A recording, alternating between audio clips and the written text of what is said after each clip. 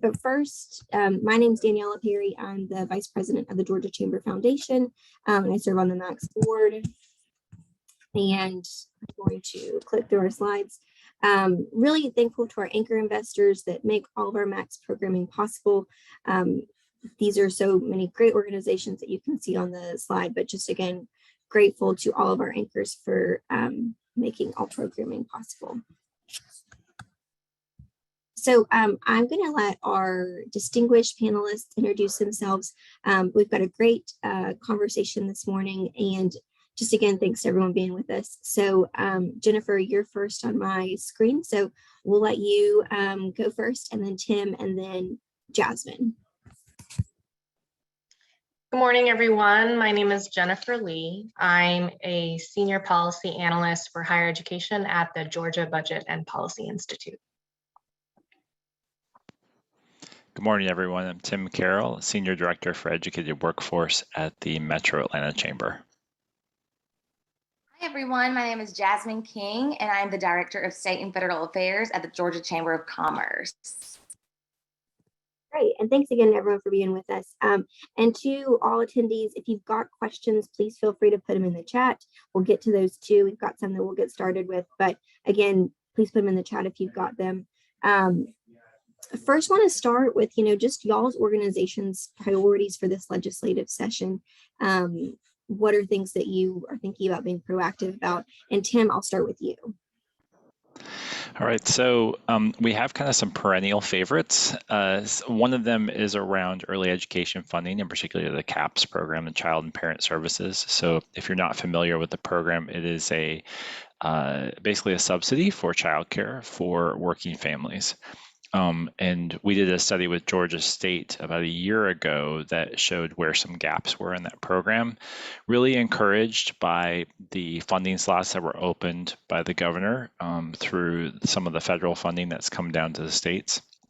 I think that it is a great move in filling some of that gap.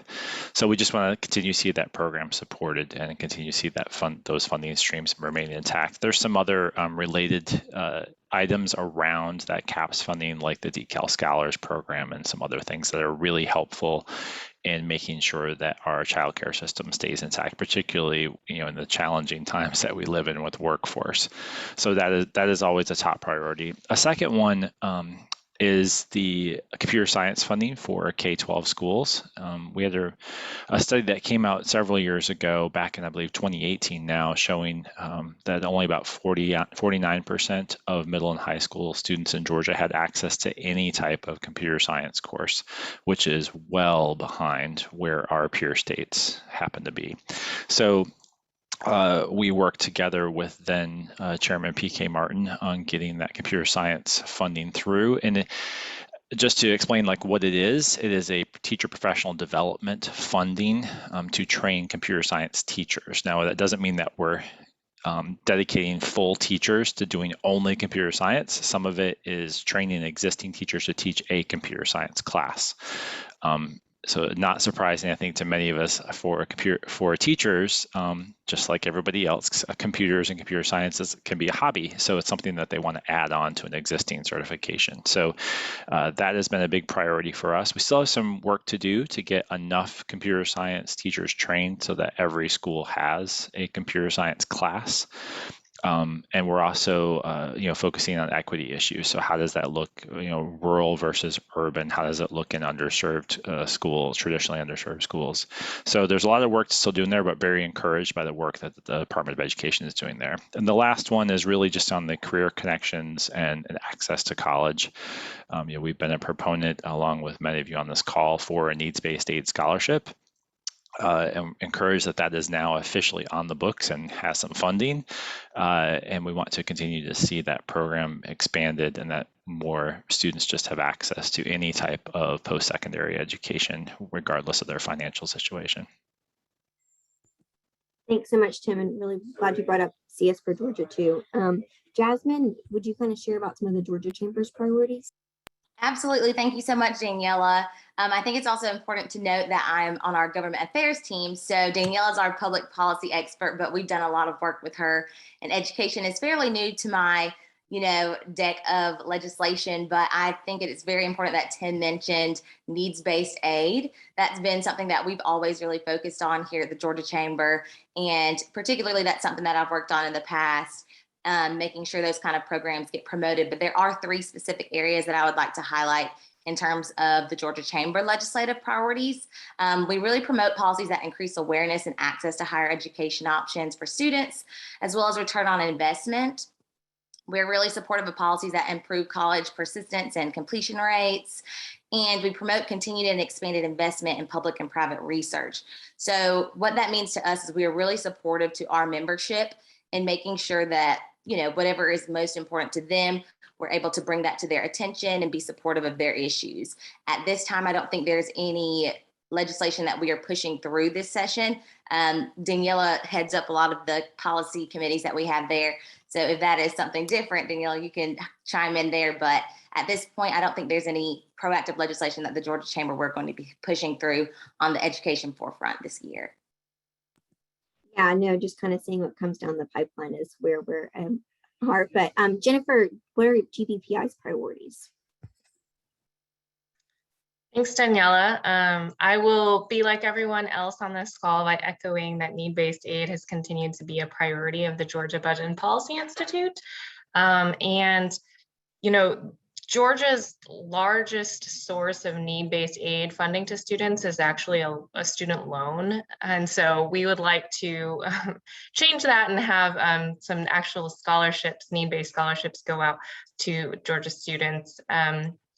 We're encouraged because last year, Governor Kemp did announce a $5 million pilot program committing some federal funds to a need-based program that was inspired by the Panther Retention Grant at Georgia State University. So definitely seeing some good direction there, and just doing everything we can to lower financial barriers to students so that we know that there's so much tremendous talent. I've talked to so many students who are really motivated and persistent, but finances, especially so many students who are really just paying for college and living expenses on their own, finances really just become a barrier. So anything that we can do to lower financial barriers and need-based aid is definitely a piece of that puzzle.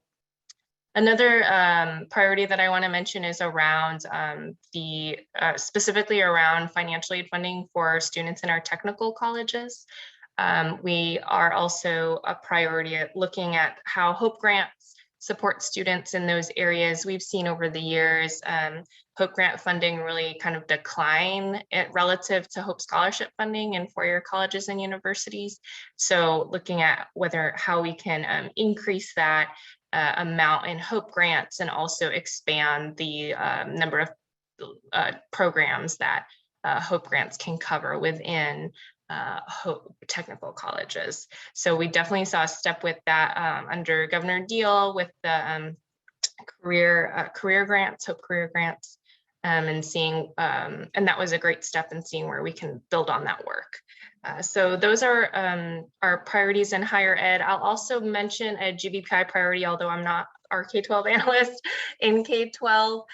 So looking specifically at school funding. So the way that schools are funded, there's a formula and there are weights given to different student populations. So example, there is additional funding given to special education students or gifted and talented students. And one of the areas that Georgia does not weight are economically disadvantaged students, which makes Georgia really an outlier among other states in the country. So I'm looking at how we can maybe adjust funding formulas so that we can get more resources to schools that have very high proportions. There are very high proportions of students living in poverty, which we know really impacts their outcomes. Thanks so much, Jennifer. I think that's an important piece to mention. And I'm so glad that Tim mentioned the early childhood part, because this truly is a pipeline. And certainly saw Darlene's comment about the Global Talent Study Committee. We certainly have been working with Representative Casey Carpenter around his DACA tuition equity bill, so that if you are a graduate of a Georgia high school and a DACA recipient, you'd be able to access that in-state tuition. So I think that's important. Jasmine, I wonder if you could kind of share anything that you've heard about what might be introduced in the legislative session, not by any of our organizations, but kind of just floating out, and what we can kind of expect. Absolutely. Thank you so much, Daniella. So there is a rural development council that travels the state, and I think it was really insightful. They wrapped up their meetings this week, and a couple of the things that they talked about that I didn't particularly think might come up, but it's something that we should really pay attention to this upcoming session. Developing a statewide education plan for primary and secondary institutions when it comes to natural disasters or emergency health situations that we're currently in. So I think they might be taking a deeper dive to come up with some sort of strategy that we can use in the future if something like this ever comes up. And the next thing I think that's something that we will be focusing on will be the workforce shortage, especially when it comes to the teacher pipeline. I think they will be taking a deeper dive into that as well, trying to figure out ways that we can encourage teachers to get it back into this field, to retrain them, get them encouraged to come back. And also mental health is something that we focused on as a state. And so I think we might see that running over into the education arena where they're focusing more on students with mental health and disabilities in general. So I think those are top 3 things that might come up this session. Thanks so much, Jasmine. Tim, what else are you hearing that may be introduced session related and then also, specific to workforce in K-12? Yeah, so I will echo Jasmine on the mental health. We had so many good, I would say, kind of small fixes that add up to a big fix that were all in the pipeline last year, and just for one reason or another didn't make it across the line before session finished. And I know Representative Katie Dempsey was leading a lot of that work, and I would just love to see more of those small things that add up to a big thing continue to make it through and across the line. I think there's good support, I think, at the legislature and community and with the providers who are doing those mental health services and for the families that need the support. It's just a matter of timing and making sure that all the dots connect to get those across the line. So I'd love to see that come back. Rural workforce development, I think, is still going to be a top priority for a lot of legislators, just given what we're seeing in population trends and where shifts are happening, and how programs like CTAE and others are really needing additional support, particularly for our rural and underserved communities. So I think that will still be a pretty top priority from what I'm hearing. I do expect the teacher pay to come back. There is still some work that's left on the table to finish that out from the governor's initiative from a couple of years ago. I do think that will come back again this year. And then the second one would just be around the overall support for early ed and pre-K. I think there's conversations at the federal and state level about how we look at pre-K and whether that should be a 3 and 4 year old push rather than just 4. So that I expect to be part of the conversation. And then just the continued push for credentialed and skilled labor. So we're looking at credentials that are needed. So those certifications that are needed for particular types of jobs. I think that will continue to be in the mix, whether it's at the CTE, the Career and Technical Ed for K-12 schools, or with post-secondary and adult retraining and skilled training programs. I do think that those will be at the forefront again this year. Yeah, and all important topics to think about. Jennifer, what are you hearing? So one issue that has popped up recently that I want to highlight came out of a Senate study committee that concluded recently on studying university fees. So this is again in the bucket of college affordability. So the Senate study committee led by Chairman Tippins and Senator Sally Harrell looked at university fees, which have increased a lot over time and really added up to a large cost for students. They looked at all sorts of fees across the university system, and the final report's recommendations really centered around one specific fee called the special institutional fee, which is the largest fee that most students pay. It's usually around, I think at Georgia, it's like $450. So it's between $400 and $500. It's different from other fees in that it's really more like tuition and that it supports general operations. And so the study committee sort of zoomed in on that. Other fees, really support like self-sustaining services like a parking deck or health services. And so it's sort of difficult to tackle those fees, but The special institutional fee is a fee that was first instituted in, I can't remember. It was sometime during the recession when the large budget cuts were happening, and it was meant to be temporary to help make up for the revenue loss that colleges and universities were experiencing. But it hasn't really been temporary. And so the study committee has recommended that, the legislature find a way to kind of help replace that those fee dollars with appropriations, like the situation prior to the budget cuts of the recession, and or classify part of it as tuition like it really is, so that the Hope Scholarship can cover it, because the Hope Scholarship currently covers tuition but not fees. So it doesn't cover the special institutional fee.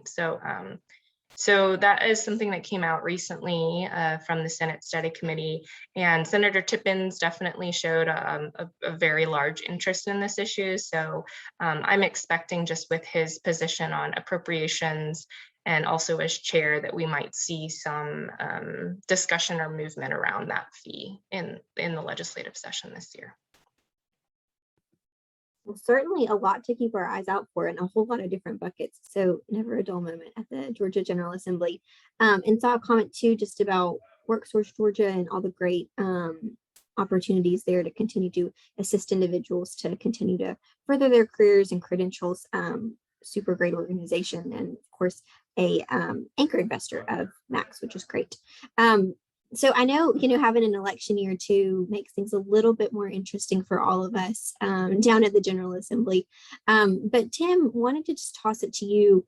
How do you think this might impact this legislative session, and what might be different than a normal session? Thanks, Danielle. There's a couple of things. There's always an emphasis at the beginning of every year on what the calendar looks like. What are those 40 days of legislation how are they going to shake out and fall out? So in a election year and an intense election year, which has been pretty much every election year this last few go around, there is always a renewed energy around that calendar. And when is the session going to end, and when is qualifying? So that is always a hot topic at the Capitol. I think as far as legislation goes, we have a lot of state reps and state senators who are running for different offices. So they may be sitting in one position, but then they're going to qualify for an office that is higher up, or even at the federal level. So there will be a lot of last minute chances that they will try to take to get their favorite legislation introduced before that happens. So I would expect to see some very large-looking proposals that at least get talked about, if not heavily debated at the Capitol. So that is always a big one. And then some of it is always, this is very insider baseball, but when you're at the Capitol in election year, it's about who's showing up, like who's coming to the Capitol to shake hands and to do a press conference or whatever it may be. I find election years, that's always interesting, just to see, who is present and who's trying to be visible. Yeah, absolutely. I think those are great points, especially you may have a lot of folks that said this is a campaign promise or a future campaign promise, and so want to get something introduced so they can say they're already being proactive and responsive to Georgians, and then to see too who just wants to make new friends at the Capitol. Jennifer, what do you think about how this kind of impacts what we might see legislation wise, or just what gets the most attention on the floor? Sure, I think Tim had a great summary of how it might affect. I know politics is not really my forte, so but I guess what I would hope is that, and just from my perspective as a higher ed focused person, that we would see some movement, because I think college affordability is a really broadly felt issue. It's often not been like a super visible high priority issue, which frankly sometimes is helpful for it to like stay out of the fray a little bit, and where people can work together across the aisle on college affordability issues. So that would be my hope. My concern, of course, is that there would just be distractions that are not policy focused or issue focused. But yeah, I don't know. We'll see. It will be interesting. And of course, as Tim mentioned, in terms of who's showing up at the Capitol, I think we can't discount that things are still different because of COVID-19. And so I'm curious just to see, the level of activity and who's showing up at the Capitol. Things are still operating quite differently. Sometimes legislators are calling in, from their offices. They're still at the Capitol, but they're in their office and they'll call in, or sometimes they're at home. And so I'm interested to see how that will impact session as well. Yeah, I think that's a great point. And open it up, everyone, real quick. Have y'all heard about if committee operations, are they still going to do like half and half where some folks are in person, or have y'all heard if those rules are adjusting from last year, or kind of what practically it may look like to access the legislator? And I don't know if the large groups are allowed this year too, like the large groups of school children. I don't know if y'all have heard either. As of right now, I think we're still kind of in a holding pattern to see what they're going to allow and not allow, especially when it comes to outside groups coming in. I think they are reintroducing the internship programs that they've had. So we might see a little bit more activity at the Capitol in terms of, volunteers coming in and people helping out. So just kind of in a holding pattern there, at least from what I've heard. Okay, same across the board. Jasmine, what do you think election year? Have you heard of any ideas about things that may be different from election year too? I know we've heard some great comments from Jennifer and Tim too. Absolutely. So as Tim mentioned earlier, the calendar is always something that comes up in topic that everyone wants to know, like, are they going to stay in longer? Are they going to, hurry up and get done? Particularly since this is a really big election year. I think we would all kind of like to see them wrap up sooner. I know they can't fundraise, so that might change the dynamic a little bit, especially this session going in. As Jennifer mentioned, we would like to see an opportunity for both parties to engage together. And I think education sometimes is a really big win for a lot of legislators to take back home with them to run on. So we might see a couple of wins there where they can work together, but also with that comes a bit of partisan politics. So we could see some policies introduced that, might push people a little bit further apart. I know we've all heard about a lot of issues there, but we'll be obviously keeping in touch and trying to see what happens there. Yeah, absolutely. I think everyone always wants to be the one to say that they can get the credit for it and they had the bright idea. So figuring out how do you balance that so everyone can be a winner, and really the winner are Georgia's workforce. That's who we're all fighting for. I think we got a great question from John Helton. How can MAX members most effectively help advocate for efforts and priorities that are important to workforce development? What would y'all recommend for a lot of the folks that are on the call and thinking about how they can be part of the solution as well? And I'll go over to Tim first. Well, I think the first one would be to use your partner organizations first, like to make sure that you're connected. So things like attending this call would be one, so that kind of like what's on the docket, as far what's going to be first up. And then also, if you're connected to any of us on this call or any other type of advocacy organization, is just to be aware that these first 3 months of the year is when everything happens really fast. So paying attention to emails, or if you get text alerts or anything like that, is always big. But on the advocacy side, I would say, if you have issues that are important for your organization and your work, start local. So talk to your own state rep and state senator, whether that's where you personally live or where your organization is located or where the communities you serve are located. I would start there first. I know, when you talk to legislators, they love hearing from their local people. They get a lot of emails and a lot of talk from people who are not from their districts. So when they get someone from their districts, it's a big deal for them. You are their constituent. So I would say go local and start with your state rep and state senator first. And then you also have your statewide constitutional officers related to the work that your organization does. So make sure you're connected with them and their office as well, even if it's just, that you're on an email distribution list, but certainly reach out and start that conversation with them before session begins. Yeah, I think the go local is so important, because I know people that'll like delete stuff if it's like not from a constituent, because they're like, you're not mine, and so you get to deal with someone else. I think that's a great point. Jasmine, what advice do you have for Max members? Yeah, so as Tim mentioned, a variety of the options that I was going to say, I'm just going to re-highlight a couple of the things that he mentioned in terms of really leaning on the organizations that you're a part of. I know one of the big portions of the Georgia Chamber, it's really helpful to us if you can help us help you, educate us on what it is that your organization is going to be pushing for the most. And that way, if we hear anything about it, we can always alert you and let you know and make sure you're staying ahead as well. Because, there's so much going on at any given time. And I know a couple of us might have several different focus areas. So if you can get in touch with your organizations that you're part of and just let them know the things that you're going to be prioritizing for that session, that is very helpful. And alongside working with your legislators long before session starts, of course, sometimes things do come up last minute during session, but the sooner you can get in touch with your legislators, the better it is, because they're trying to educate themselves on a variety of other policy issues as well. So yours might not take top priority if you're bringing it to them in January when they're also trying to learn about a lot of other things. So I think those are two really big points.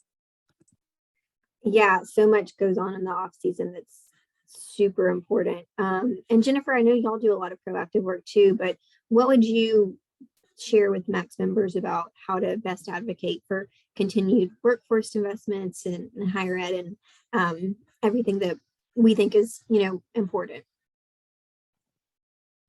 Sure, yeah. I mean, I think Tim and Jasmine both had great advice and guidance. The only thing I would add to that, I guess, is if you are part of a network, I think going local and starting with your representative or senator is definitely the way to go. But if you are part of a larger network that has connections across the state, then, working together with those folks who are in other areas to contact and develop relationships with their representatives and senators.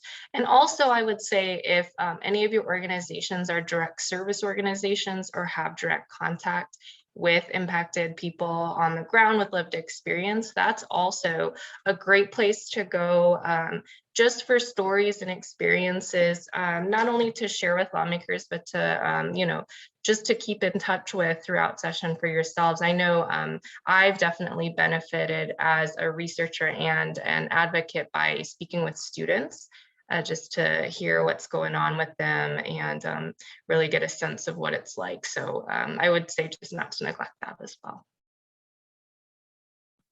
Yeah, I think those personal stories make such a difference, because so many of the legislators, they do want to know how it affects everyday individuals and if this is something that's negatively impacting them. But a lot of groups do those days at the Capitol, if it's UGA Day or Georgia State Day or, Nurses Day. I think those are all great opportunities for you to highlight the importance of your organization or your industry to legislators and get folks to the Capitol that may not be able to come on a normal day, which I think is important. So certainly use all your networks. And I know too, we have a listserv called the Georgia Business Action Network that we highlight what bills are going on every week at the Capitol, and we'll send out alerts too. And I'm sure Gbpi and Metro Atlanta Chamber have similar distribution lists too. One thing I think, that is, part of the nature of what a lot of us do is kind of the multi-year efforts. Sometimes you'll introduce a bill in the first year just to get the conversation started. It's going to take more than 1 year. And I think a lot of us have worked on those things, especially related to college access and, a lot of things that are important that just are large conversations, and you kind of need to keep talking about them until they can get momentum and get the right folks to really champion them. But I was wondering if y'all could kind of just talk about anything that y'all see as important multi-year efforts that might not get done this year, but could be something that, we continue to have these conversations so that legislators are always aware of what opportunities we have. Especially, I think COVID's really highlighted the fact that we've got a lot of large challenges that have been around for a long time that have either become exacerbated or, just have a light kind of shone on them. So Jennifer, I'll start with you, but, are there any things that you think, multi-year efforts that we really want to focus on and think about doing some off-season education with legislators as well? Sure. I don't know anything that's not a multi-year effort, to be honest. I mean, really just, with all the members getting the education and making sure that everyone understands, because, it's, if you're making a policy change, you want it to be thoughtful and thought out. So, I mean, need-based aid certainly is we're in the middle of a multi-year effort around that. I think we've made a lot of good progress in terms of legislators understanding and comfort with like what is need-based aid and how would that work. And so I've definitely heard from lawmakers from both parties with interest and support of that. So that's definitely something that I think will continue to be a need-based aid effort. I think at this point we've made a lot of progress in terms of like how, lawmakers sort of understanding of the issue, and then a lot of the kind of next steps are really around sustainable funding for it, which we did start having conversations around last year. So I think that's a good step. And again, we sort of have need-based aid on the books, and we've gotten smaller pilot programs, and we have REACH, and we have other examples of where need-based aid is helpful. So that's I think just continuing to push that, educate around that, definitely hearing from students around it, and just highlighting the need is something that to keep the priority, because again, there's so many issues that are important every year. A lot of it sometimes just has to do with what is a priority. Absolutely. I think needs-based is one of those we've all talked about. And I think to your point, in a lot of different ways, we've got a lot of great solutions that the state has enacted, but figuring out how we can all put it together and make it a holistic pipeline for students. Tim, what are your thoughts on some important multi-year efforts and kind of the education that goes on in the off season with legislators about making them a champion of this kind of effort? Yeah, so ditto to what Jennifer said. There's a couple of others. I think, healthcare and technical certifications, are just going to keep coming back because of the demand that is out there. When you look at sort of the plight of our rural hospitals in particular, and then just the incredible demand side that there is for registered nurses and the nursing profession in general. I think that one is going to be a perennial thing that keeps coming back until we actually get some big moves on that. So those I expect to come back. The technical certification, just the demand from the employer side is so high. Whether you're talking about IT or whether you're even talking about like a durable skills certification or work ready certification, it's across the board. So I do expect that even though we have a very healthy career and technical system and the technical colleges that confer a lot of those degrees, it's just the demand is so high. So I think that that will be a perennial one. And the last one would be around teacher pay and teacher workforce, just the shortage of teachers. We've got schools in certain areas that do not have basic subjects covered.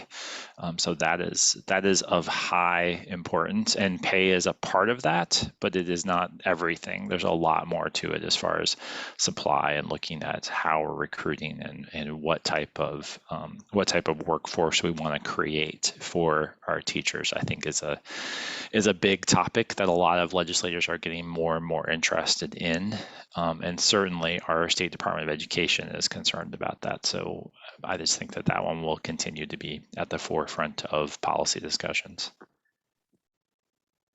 I couldn't agree more. I think the teacher pipeline is so important, especially after the past couple of years that our teachers have had, and I think they've probably dealt with every kind of operational scenario you could dream of, and probably within a span of a couple months. So Jasmine, what else would you add about multi-year efforts? What else should we be thinking about in terms of stuff you can start now and then just keep chipping away at? Yeah, so Jennifer and Tim definitely did a great job explaining the big issues that were going to be multi-year efforts. And as Jennifer said, a lot of things are multi-year efforts, and they continue to be that. There are two areas that I will highlight that might not be educational at first sight, but in terms of needs-based aid, when it comes to sports betting. That's one of the big things that I know our educational institutions might not look at and say, hey, this is going to be an educational thing, but there's a needs-based aids piece ingrained in that legislation. So I think that's something that they didn't get through last year. It's conversations that continue to be had. And so that's something that should be closely paid attention to. And I know Tim mentioned healthcare. And I know our healthcare institutions are looking to partner with our higher ed institutions and also, the K through 12 system to see ways that we can make good use of the students who might not get into medical school, but are still interested in the field. So instead of turning a bunch of students away, finding ways to repurpose their education and making sure they can still go into the field, since we do have a big need for that. Absolutely. I think the nursing shortage that we're seeing across the state is huge, as well as, PAs, nurse practitioners all across the board. We've got so much need. I was wondering, I know we've been hearing from some member companies and, local communities about just the impact of learning loss within the K-12 sector. And, I know that's something that's K-12 focused, but certainly impacts, how kids come to post-secondary, to technical colleges, prepared, and then, what that long workforce development looks like. And what we're seeing is that, jobs are more complicated, not less complicated. With automation on the rise and new technologies, everything's getting a little bit sophisticated. Have y'all heard of, any priorities from the Georgia General Assembly on this? Or, if y'all heard from communities that might be addressing it in unique ways that are innovative, that could be bright spots. And I'll open it up just to all three of y'all. Y'all have heard opportunities or, things that people are thinking about to think about how best to address learning loss. I'll jump in here. We're a big partner and supporter of Learn for Life, which is a collective action effort around education here in Metro Atlanta.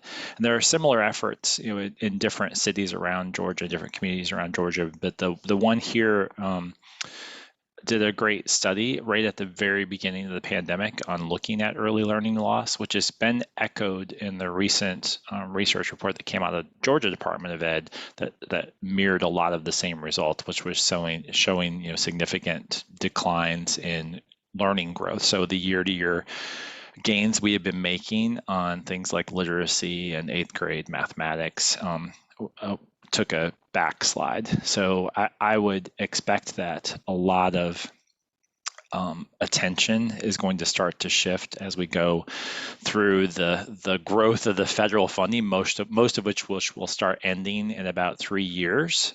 So as that window starts to close, I think not just legislators, but parents and educators and administrators are going to start looking at, okay, how did we do?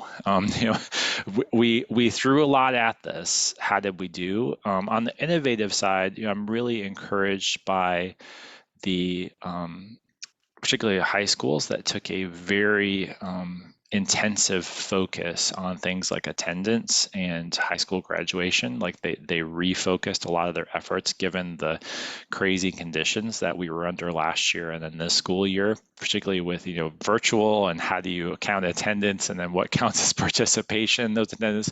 And it has gotten really tough. It's a shout out to our teachers, particularly the ones that are dealing with very difficult subjects to teach. The fact that they've been able to just pivot, and even if they weren't necessarily out of the classroom that long, if they went back into the classroom quickly, they still had a lot of challenges to deal with students and family situations. So very encouraged on what's going there. And then I also have to give a shout out to the schools that have doubled down on early literacy. So I'm thinking of like Marietta City schools that really refocused a lot of their community investment, a lot of their own funding streams into that early education, early literacy work.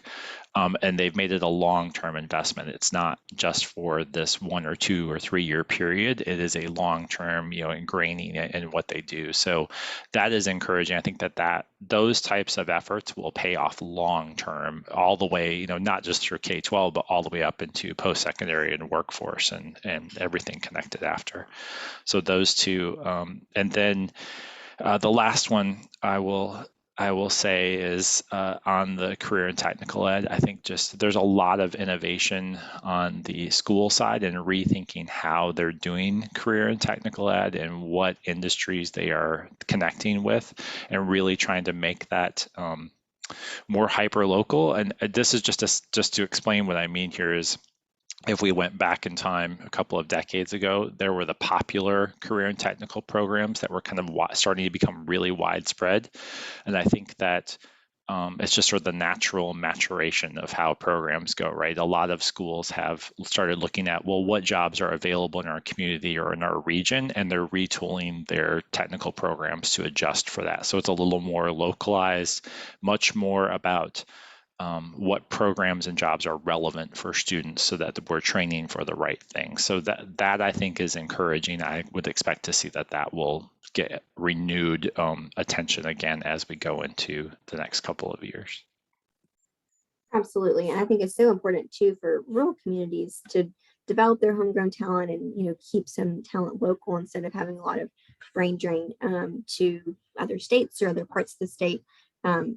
Certainly want to see growth across the state of Georgia. And so that's an important part of it. Jennifer and Jasmine, any thoughts too on learning loss, things that y'all have seen or opportunities? I think there's a lot of hard stuff that's happened, but I think certainly a lot of room to get back to where at least we were.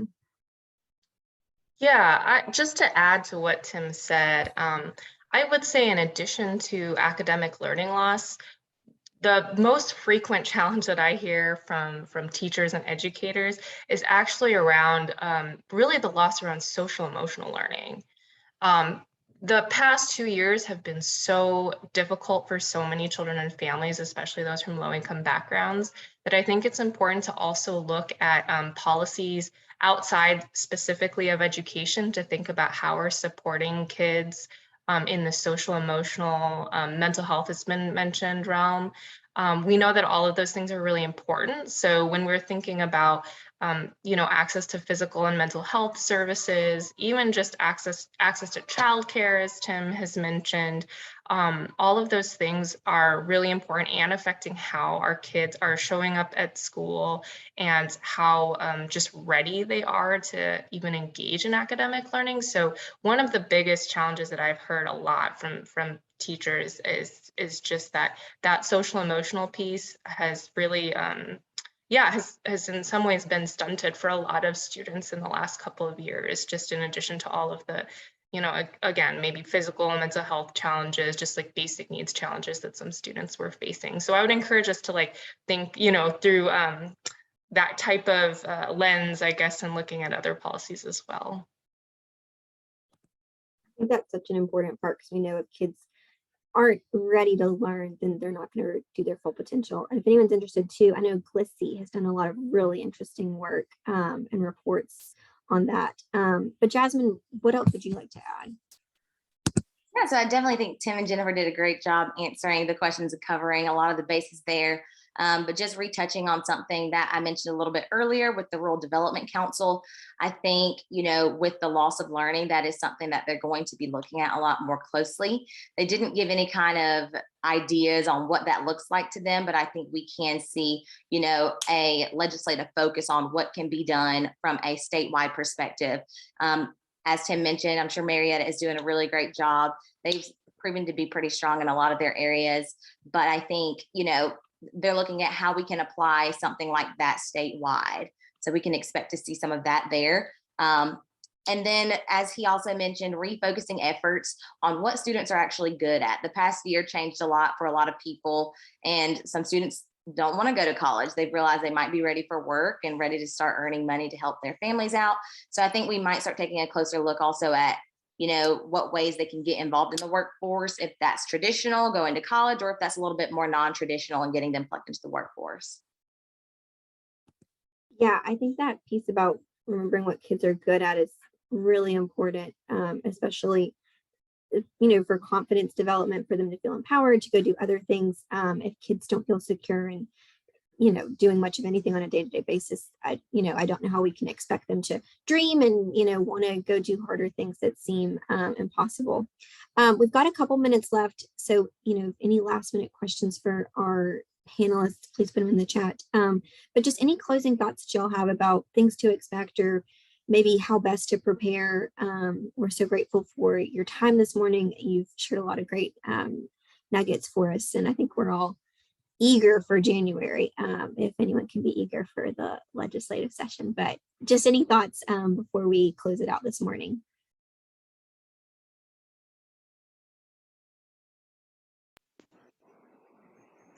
Yeah, I would just say I'm going to tout Max here, on which is looking at how all of these systems and efforts are just so interrelated.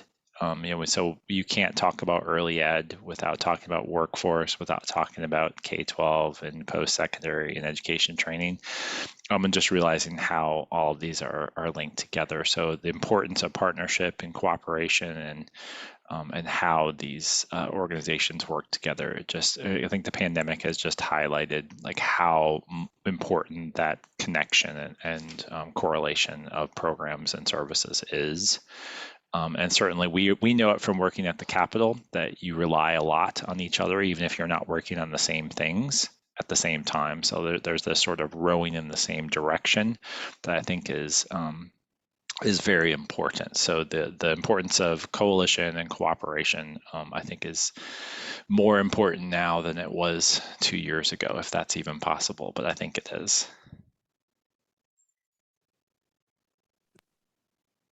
I really want to re-highlight, as Tim mentioned, connecting with us. I know a lot of us are always at the Capitol lobbying and working with legislators.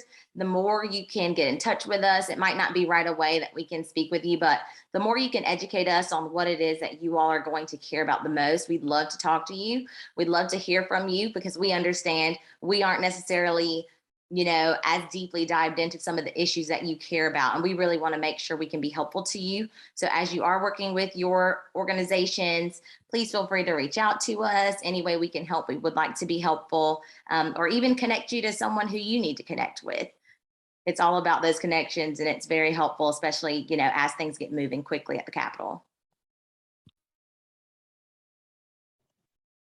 Yeah, and I would just say, I think everyone has their issues that they're really passionate about, which I think is really important to just lean into what is motivating to you and your organization.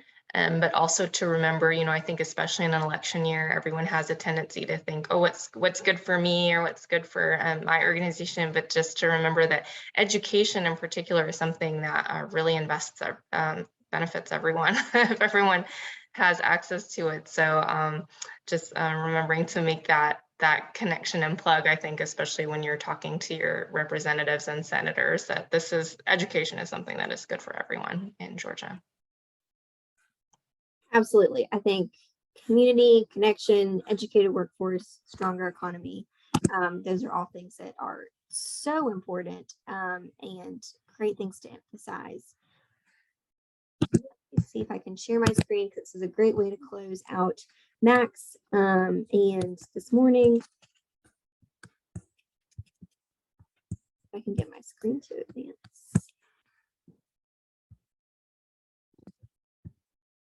Y'all, I know this has been like 2 years of Zoom, but here we are.